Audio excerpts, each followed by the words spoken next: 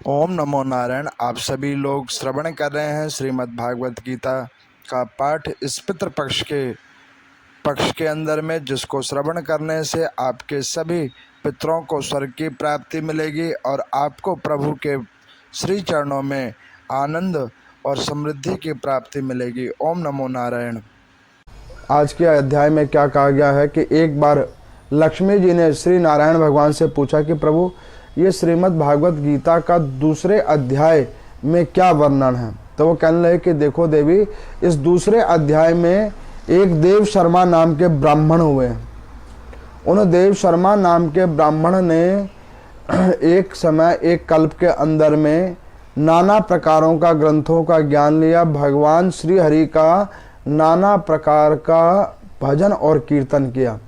उस भजन और कीर्तन करने के प्रभाव से, नाना प्रकार के ग्रंथों के श्रवण करने के प्रभाव से उन महात्मा ने एक वन के अंदर में गए और उस वन के अंदर में उनको एक महात्मा मिले। और उन महात्मा को मिलने के बाद उन्होंने उनसे पूछा कि हे महात्मन, ऐसे मैंने कौन से पुण्य कर्म किए जिससे मुझे ये ब्राह्मण योनि मिली है, और ब्राह्मण योनि के बाद भी मेरे को इतना तत्वों का ज्ञान है। तो उस महात्मा ने कहा कि मैं तुम्हें अपनी एक पौराणिक इतिहास कहता हूँ।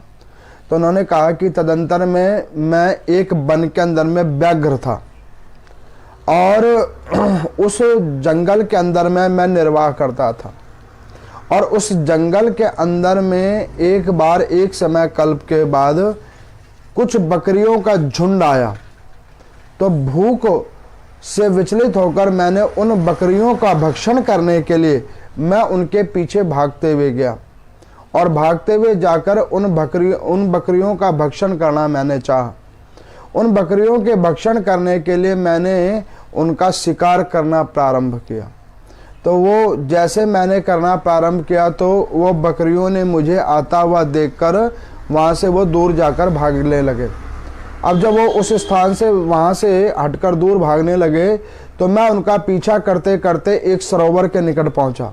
उस सरोवर के निकट पर मैंने क्या देखा कि एक बकरी आई और वो मेरे आगे आकर रुक गई और उस बकरी ने मुझे क्या कहा कि आओ व्याघ्र, मुझे खा लो।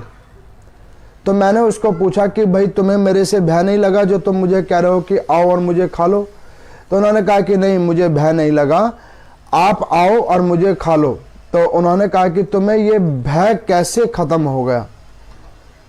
तो कहने लगे कि इसी वन के अंदर में एक मंदिर है, उस मंदिर के अंदर में एक शिवलिंग है, जिस शिवलिंग की पूजा करने और ध्यान करने से भय खत्म हो जाता है।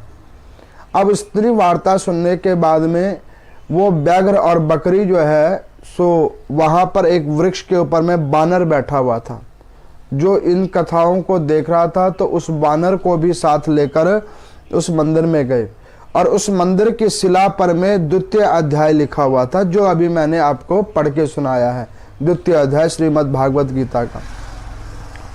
और उसको जब पढ़ के उन्होंने देखा तो उसमें क्या लिखा हुआ था कि एक सुकर्मा नाम के ब्राह्मण थे। उन्होंने भगवान की कठिन तपस्या की थी। उस शिवलिंग के ऊपर में नदी के जल से जलाभिषेक करते थे और दैनिक रूप में भगवान नारायण का फूल पत्रों आदियों से और शिव भगवान की पूजन करते थे।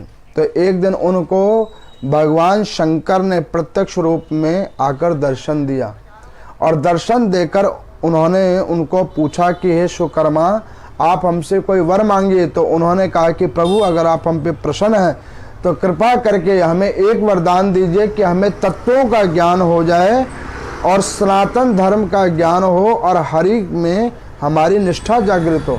तो उन्होंने कहा कि अगर तुमको ऐसे भाव प्राप्त करने हैं तो उन्होंने क्या किया, एक शिला के ऊपर में श्रीमद् भागवत गीता का दूसरा अध्याय संपूर्ण रूप में लिख के दे दिया। उन्होंने कहा कि ब्राह्मण, आप इसका दैनिक पाठ करना, इससे आपके सारे प्रश्नों का उत्तर मिल जाएगा। अब इस प्रकार से वो ब्राह्मण रूप वाले भगवान शंकर द्वितीय अध्याय श्रीमद् भागवत का लिखकर चले गए। उस सुकर्मा नाम वाले ब्राह्मण ने उसको पढ़ा और अपने आप को मुक्त किया। और ये कथा उन महात्मा ने देव शर्मा नाम के ब्राह्मण को बतलाया, और देव शर्मा नाम के ब्राह्मण ने इस द्वितीय अध्याय वाली शिला का पाठन किया, इस अध्याय को पढ़ा, और तदंतर में पृथ्वी लोक पर नाना प्रकार के सुख आदियों को भोगकर अंत में बैकुंठ का वास किया।